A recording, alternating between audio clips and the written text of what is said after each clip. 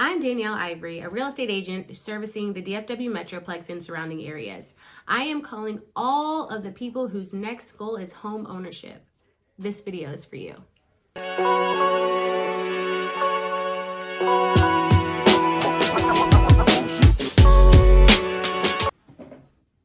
So you are at the stage of life where you are ready to take the steps and begin preparing to purchase a home. Okay, so let me kind of break it down to you, and I want to give you the steps and make this the easiest video you have seen to prepare to buy a home. It's super easy in regards to preparation and all of that, so let's go over it. So buying a house, it's very similar, say, to buying a car. You can buy the car cash or you can finance it, right?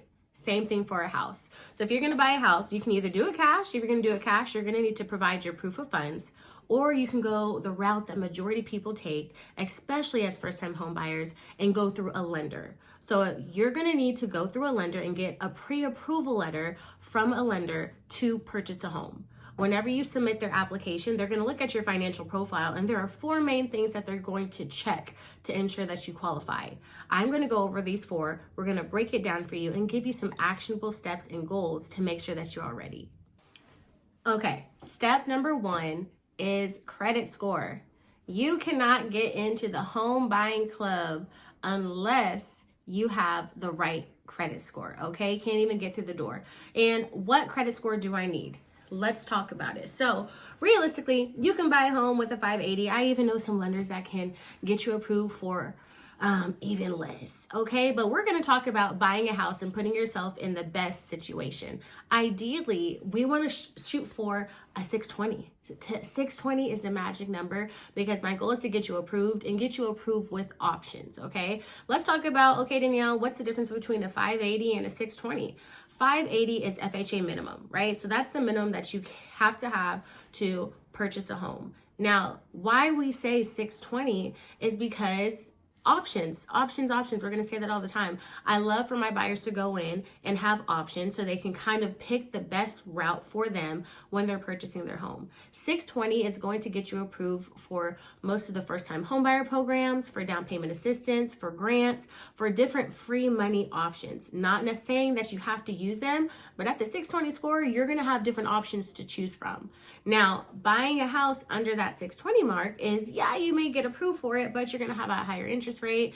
You're not going to get approved for any type of money. It's saying that, hey, I'm going to buy the house and you're going to pay everything out of pocket. Some people do it, but to put yourself in the best situation, 620 plus. Let's just keep going up. The higher the credit score, the better options you're going to have, the better rate and things like that. So credit is the minimum. As you're building your credit, shoot for that 620 mark on there, and then you get in. Then we're going to go to the next steps. Let's go into step number 2. Okay, step number 2. So we got the credit down. We're at the 620 up mark. The next thing that the lenders are going to look at is your debt to income ratio. Debt to income ratio is a direct correlation in regards to how much money you are approved for a home. That is the determination of being approved for a 200, 300, 400 multi-million-dollar property. They're going to take your monthly debts and do a word problem, a math problem, based on your income. And that is going to determine. So I have ran into it before where I had a client with a 750 credit score. Beautiful. But her approval, when it came to how much of a home she could purchase, was a number that wasn't really giving her any options on what she was looking for whatsoever. And it was really frustrating. So I know a lot of people, when they purchase a home, it is credit absolutely is important, but work on your debt to income ratio. Work on that, any debts that you're able to pay off to kind of give you a good gap of being approved for more. The banks want to see that you are able to afford that money that they're going to give you, and hopefully they'll get it back as you make your monthly payments. But for them to determine how much you are qualified for in a home, they're going to look at your debt to income ratio. And that kind of is going to be the flow as we go into the number 3, which is your income, your job history. Your lenders are going to look into that. So let's talk about it. All right, so job history. The rule of thumb when it comes to job history is 2 years. Lenders are going to want to see 2 years of consistency, whether you're a W-2 or a 1099. Now, if you are a W-2, they want to see 2 years of consistency in that same job field. So if you were a nurse and you switch jobs, but it's still when you are still a nurse, just at a different company, that's okay. Okay. The thing that they don't want to see is that you were a nurse and then you became a kindergarten teacher. No, they're going to want to see 2 years of you at least being a kindergarten teacher before you purchase a home in that same field. Now, let's say you were a nurse and then you got promoted to maybe a different position, but it's in the same kind of criteria, but you got promoted. That's okay. It actually looks good for you that you're getting promoted. You are making more money and doing a good job. So kudos to you. Now, for entrepreneurs, 1099 employees like myself, 2 years is the rule of thumb. And guess what? It's 2 years. How do they look at our income? 2 years of our taxes. So whenever you are doing your taxes, they look at the bottom line after write-off. So if you are someone that likes to write off the world and show that you made $20 for the whole year, they're going to base your approval, that debt to income ratio, that income that they're going to use is that $20 amount. So if you have an idea that you are planning to purchase a home within the next 2 year time frame, a great rule of thumb is to get with the lender ahead of time, schedule a consultation, let them know your goals, see if they can kind of give recommendations of, okay, this is how much you made. If you want to get approved for X amount of a home, make sure that you don't deduct more than X, Y, and Z. All right, you guys. So number 4, the thing that the lenders are going to look at is your assets, money saved, money.